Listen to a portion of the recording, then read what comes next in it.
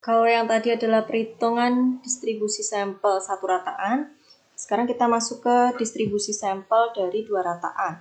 Jadi kalau tadi itu hanya berasal dari satu jenis populasi, kalau ini dia berasal dari dua jenis populasi, maka masuknya ke kategori distribusi sampel dari dua rataan.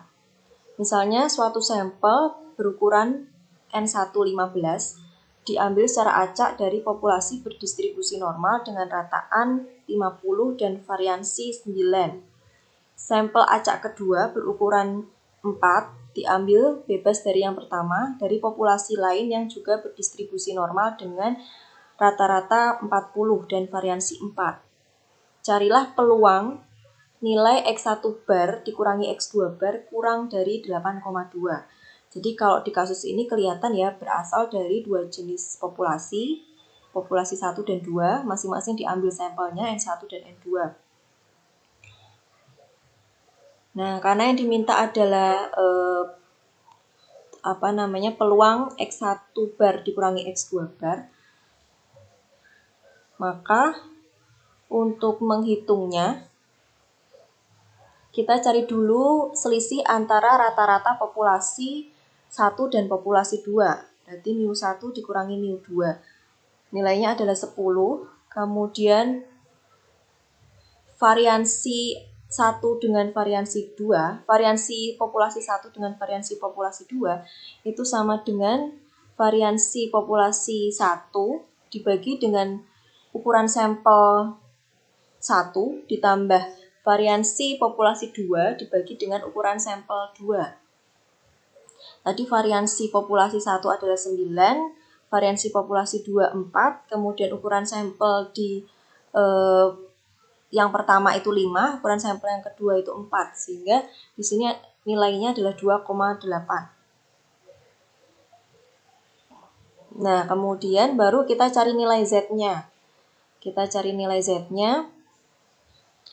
X1 bar min X2 bar tadi yang ditanya ya, nilainya adalah 8,2 dikurangi dengan mu1 minus mu2 nilainya adalah 10 tadi dibagi dengan akar dari variansi populasi 1 dibagi ukuran sampel 1 ditambah variansi populasi 2 dibagi dengan ukuran sampel 2 adalah 2,8 sehingga Z-nya adalah minus 1,08. Nah, yang ditanya tadi adalah peluang selisih rata-rata sampelnya kurang dari 8,2 atau P X1 min X2 kurang dari 8,2. Berarti di sebelah sisi kiri kalau kita gambarkan distribusi normalnya.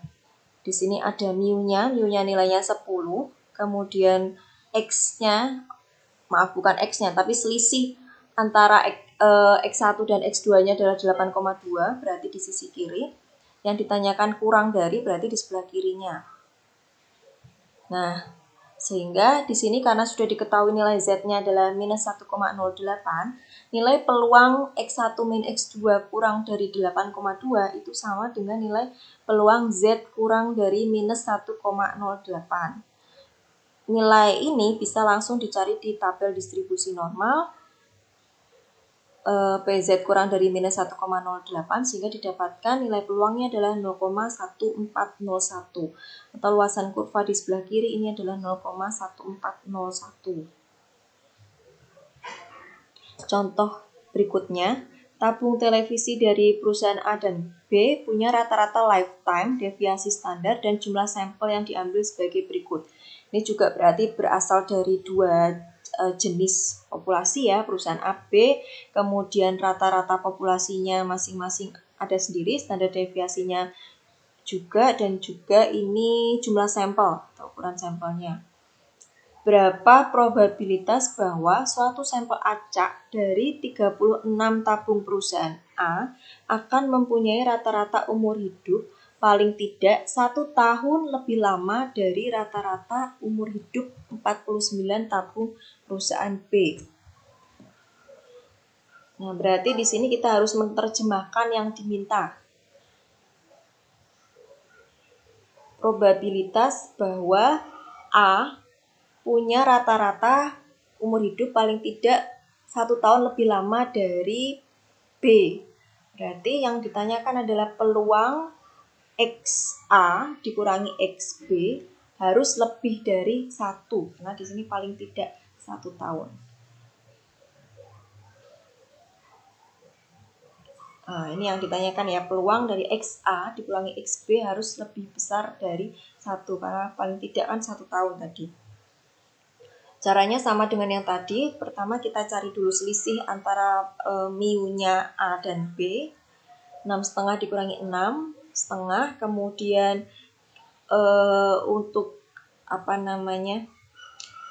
standar deviasi gabungannya sama dengan, ini sudah diakar dulu ya, di sini sama dengan akar dari variansi A, variansi populasi A dibagi dengan ukuran sampel A ditambah variansi populasi B, ini harusnya B ya, dibagi dengan ukuran sampel B, ketemu hasilnya adalah 0,189. Kemudian tadi XA min XB-nya adalah 1 yang ditanyakan. Z-nya